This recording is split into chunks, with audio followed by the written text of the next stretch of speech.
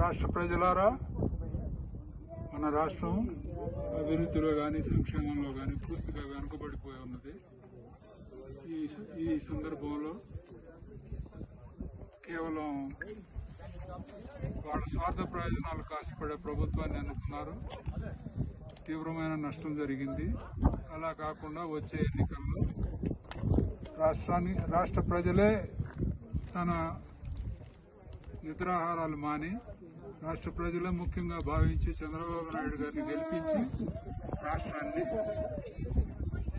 పురోభివృద్ధిగా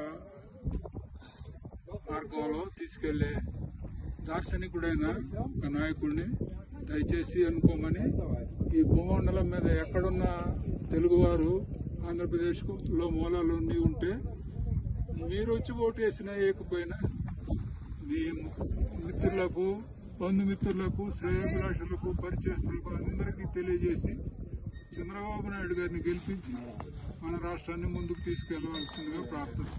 మరో విషయం ఏమిటంటే, ఇప్పుడు చదువుకున్న వాళ్ళకి ఉద్యోగాలు లేవు, పేద సాధలకి ఉపాధి లేదు.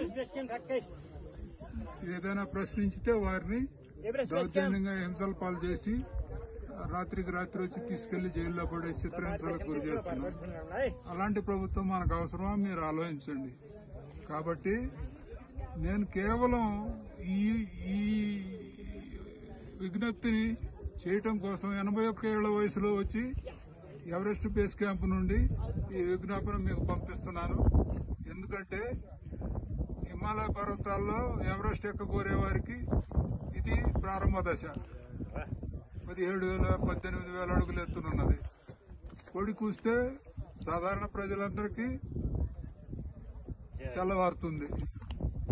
అలాగే కోడి కొత్తలు ఇప్పుడు మనకు అవసరం లేకపోయినా ఈ ఓటు ద్వారా మంచి నాయకుడిని అనుకోవడానికి, తెలియజెప్పడానికి నాబోటి వాడు అవసరం. కాబట్టి అత్యంత ఉన్నతమైన హిమాలయ పర్వతాల్లో శ్రేణి నుంచి తెలియజేసి, అది 81 ఏళ్ల వయసులో తెలియజేస్తున్నాను. నాకు పోయేది లేదు, వచ్చేది లేదు. ఎందుకంటే మా పిల్లలందరూ బయట ఉన్నారు, వాళ్ళకేమీ అవసరాలు లేవు. నాది జీవితంలో చరమాంకం, నాకు వచ్చేది లేదు, పోయేది లేదు. కాబట్టి మన రాష్ట్ర ప్రజలు బాగుండాలనే ఉద్దేశంతో నేను ఇంత రిస్క్ తీసుకొని ఇక్కడికి వచ్చి మీ అందరికీ విజ్ఞాపన చేస్తున్నాను.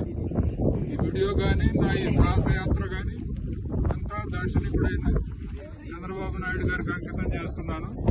వారిని దయచేసి మీ ఓటు ద్వారా దీవించి మన రాష్ట్రానికి ఆయన నాయకుడిగా ఎంపిక చేయవలసిందిగా ప్రార్థన. Thank you.